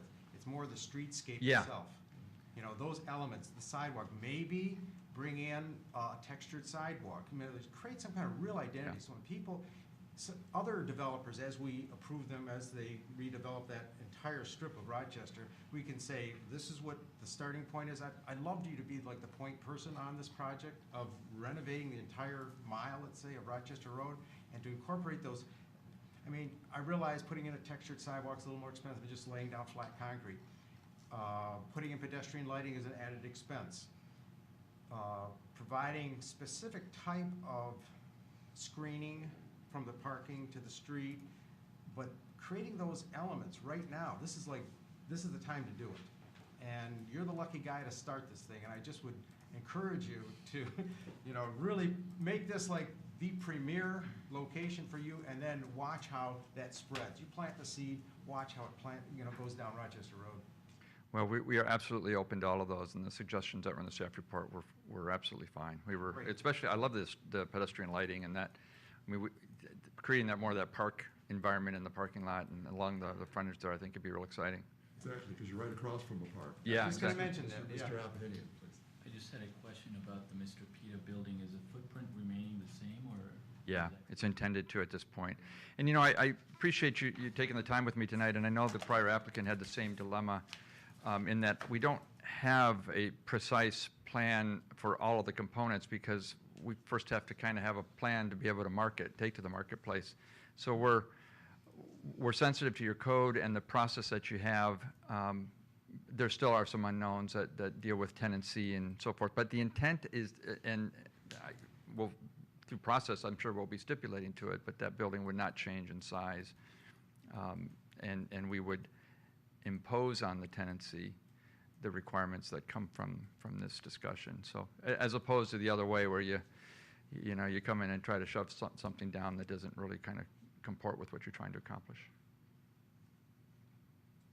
Any other comments from the planning commission? I'm just really encouraged to see what you've done here. and how you're proposing to redevelop Rochester Road. Two buildings that have been vacant for a long time that have just been an eyesore, and it's really exciting to see that, you know, our city is attracting developers of your quality to come into this area. Appreciate that. Thank you. Ms. Cooper, please. What is the timeline? Do you have a timeline of how long? For this process, I think now that we're here, we're ready to work with staff and procedurally address whatever the next steps need to be as determined. So I don't know, to answer your question. The issue that we have to figure out with the applicant is in terms of how do we procedurally get this through the process because of the unknown of what that future use of that drive-through is going to be. What reassurances can the city have? Even the other tenant. And the other tenant. And how much are we going to require a full site plan for conditional rezoning approval or not? And ultimately, that's going to be a recommendation from this board to the city council for their ultimate approval. So timing-wise, it's going to be a little bit in terms of how much, you know, the work we do between now and it comes back to planning commission with the applicant to move this forward. Mr. Faison. I was just curious, the building, is that how your typical building looks, or is that a building specific for this location? Specific to this location. There will not be another IHOP like this ever, I'm sure. And then what about the size? You mentioned, I think, 200 seats. Is that larger, smaller? No, that's not unusual. In fact, we have, I think, our Saginaw store has 212 seats. We have stores as low as 160. I think our Novi store is 160, but that's about average. We have the opportunity here to put in a bigger dining room, which we think we'll need, especially for those weekends. Okay, thank you. Well, I haven't spoken yet, but I'm a little underimpressed. I'm not a big fan of IHOPs. The ones that I've been into along Woodward Avenue and everything. And relatively recently, our kids used to just really love them. You know, we used to go there all the time when they were little. At this point, it's not my type of menu, and I personally, the ones I have been in most recently have been really unclean.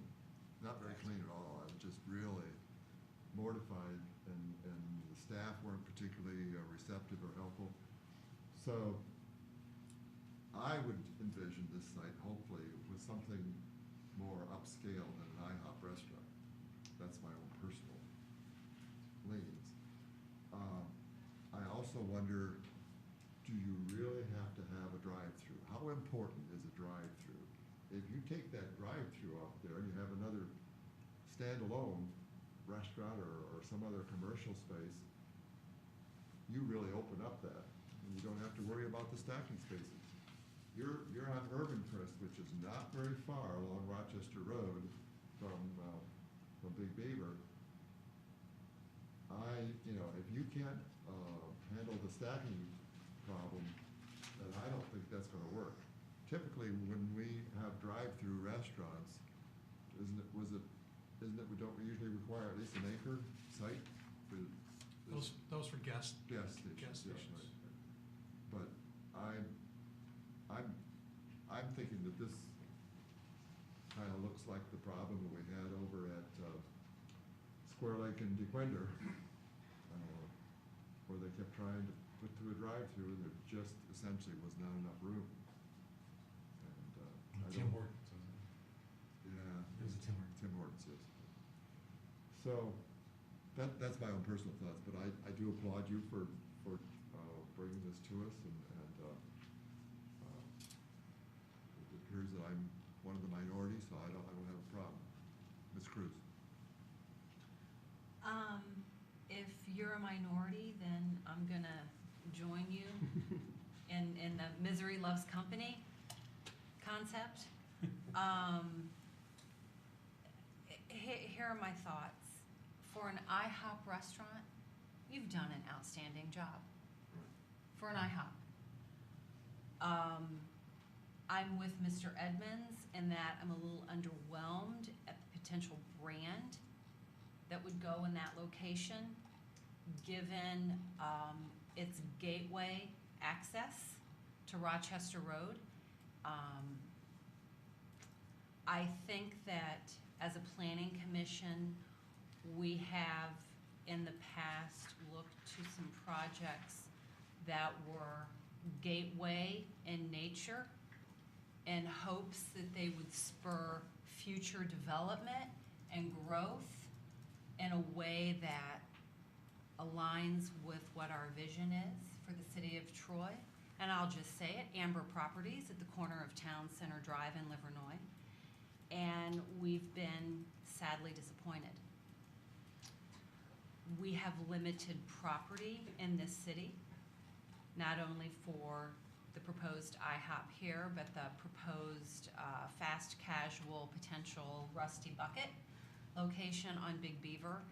And once you give those away, they're gone. They're gone.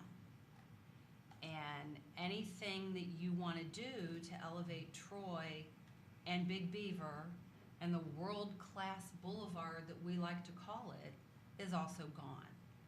So we're in a unique position here where we can sort of demand what we want at some level, and I think that we can afford to be picky. And I think we need to ask ourselves, is an IHOP, is a Rusty Bucket along Big Beaver the vision that we have going forward for the city? You know, like I said, for an IHOP, it looks great. And I love your willingness and your partnering attitude, and I have absolutely no complaints with that. I'm just underwhelmed by the idea of an IHOP. And you refer to one of your IHOPs as it's also a truck stop. And when you say IHOP, I think truck stop, and I think people who've been out drinking and, you know, want breakfast at 1, 2 o'clock in the morning before they head home. Could I just ask you, Mr. Baker, have you actually purchased this property? We're under contract. Under contract? Yeah. Where there's like an option kind of thing, right? Yeah, yeah. Thank you. Mr. Craig? Yeah, I was just gonna say, I just followed on what Karen was saying about, you know, people going out drinking. You know, this is February, Groundhog Day, you remember the movie? So, who's ready for flapjacks? It just, IHOP got me, my stomach going anyway. Well, this is not a taste of Belgium, I'll tell you that. You know, or it's not a, what is the other one, the really nice place? The Original Pancake House? The Original Pancake House, that's right. Is it the House of Pancakes that was called? The Original Pancake House is on Woodward. On Woodward. They're on and Woodward 14. also, right? That's a go-to place. Yeah, it is. You stand in line for an Oh. hour, But at it's least. worth it. It's At worth it. least, and it's worth it, and people do it consistently. Okay. Well, I think you've heard our comments, and we look forward to seeing what evolves with this project. Is there anything else you need from us? No, I think that's great. Thank you very much. Thanks. We do have 2 planning commissioners absent tonight, so I'm not sure where they would fall in this project either, so. Okay. Thank you, sir.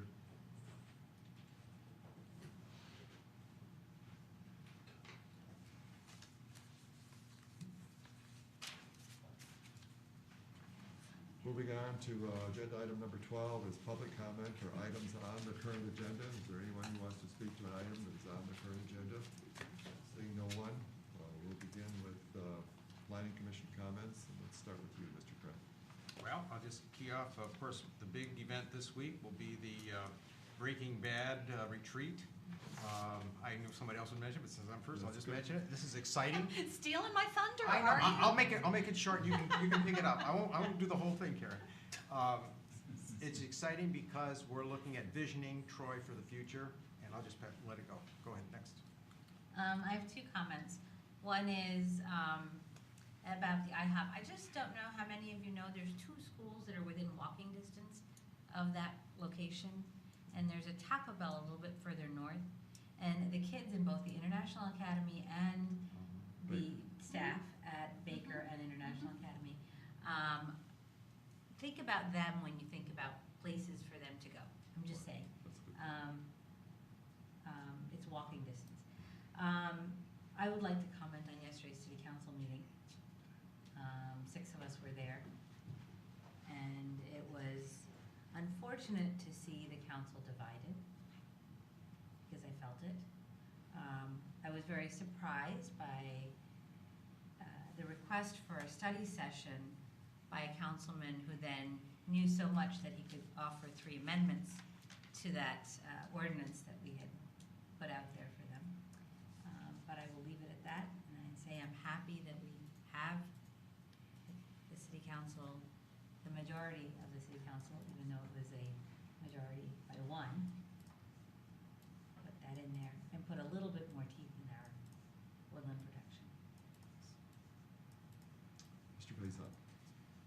Maybe my statement's more of a question. I know it's come up, it came up today, it came up, I think, last meeting, about getting color renderings, materials, construction materials as examples as we view these. And I think we've agreed that we're going to do that.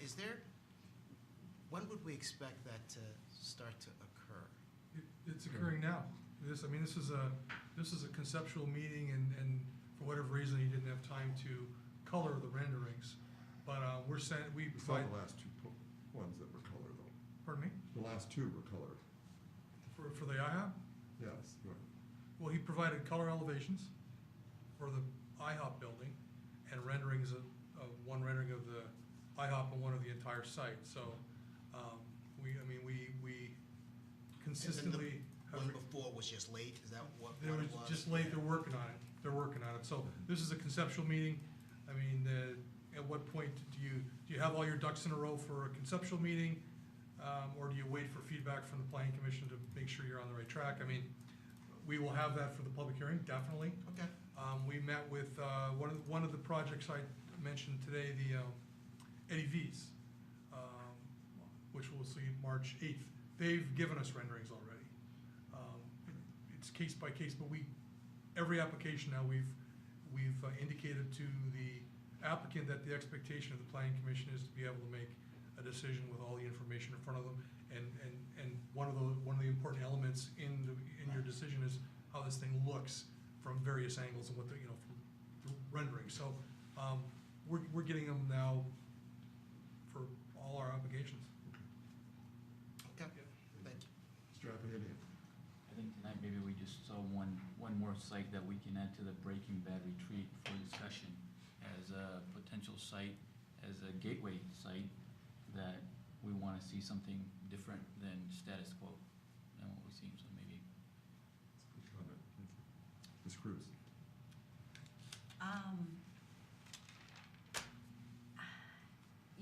I'm thrilled that City Council passed the Woodlands Protection Ordinance last night. I think that's huge for the city. I think it was a very well-written ordinance, and I want to applaud Brent and the planning department. And I assume the city attorney's office could use a little applause here as well in making sure that that was so well drafted. I think council's on our side. I know it was a split vote and a split decision, but I think in totality, we have the support of council and certainly in the woodlands protection. I will say that as we continue to move forward, I'm going to be tough. I think that the city of Troy is an awesome place to be. I think that we are in an enviable position. There are other cities and townships that would love to be where we are. And I think that we as a planning commission are queued up for success. But we just have to keep the focus, and we have to keep the goals in mind, and we have to work together and collaborate not only amongst ourselves but with every department in the city to effectuate what we've identified as our goals and our desires. So, with that in mind, I'm looking forward to the weekend and the Breaking Bad. I'm looking forward to some good dialogue, for some ideas and ways that we can strengthen our unity and work together as a team. Mr. Sensiga? No comment. Mr. Motsley? No comment, thanks. No comment. To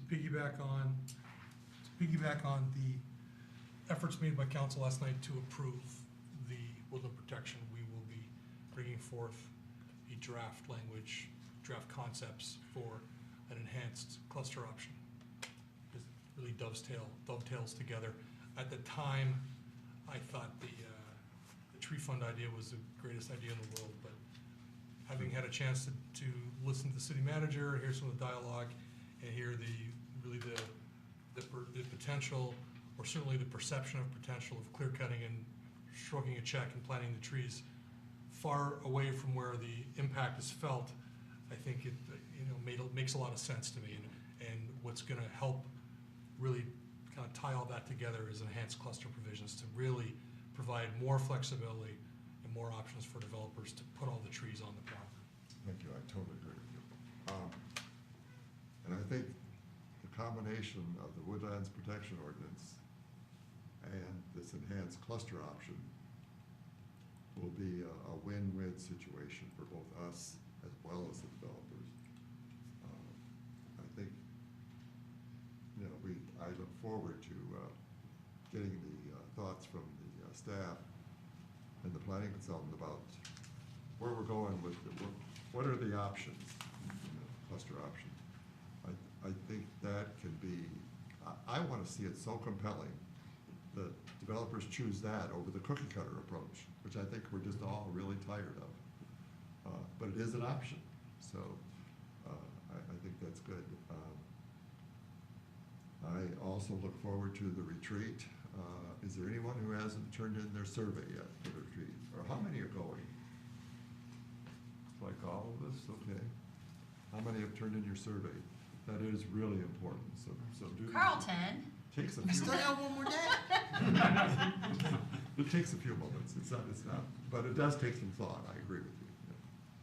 Yeah. Was there anything else? One quick question, was the oil and gas ordinance coming up at the next meeting? That was announced at the council meeting, it's coming up at the next meeting, yes. Public hearing at the next meeting.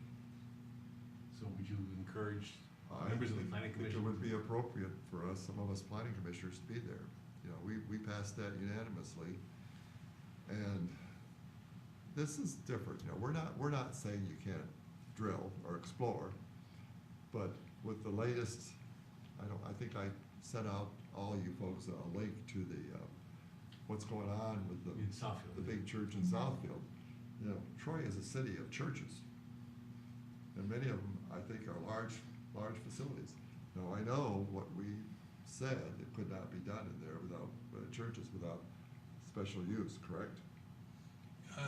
IB zoning. IB zoning only, right.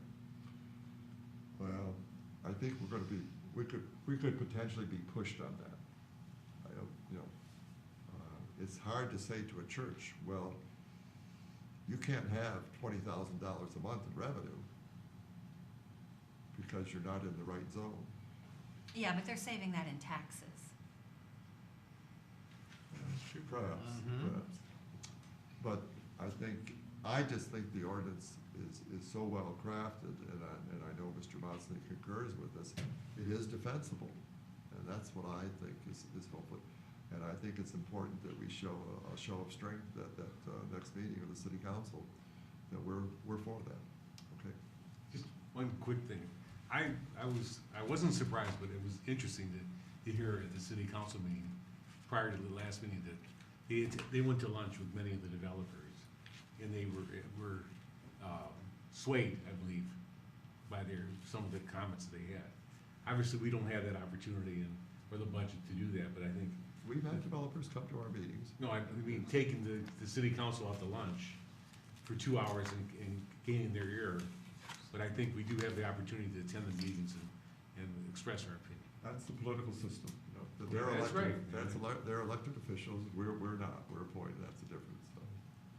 Anything else? Okay, I think we're adjourned, thank you, gentlemen.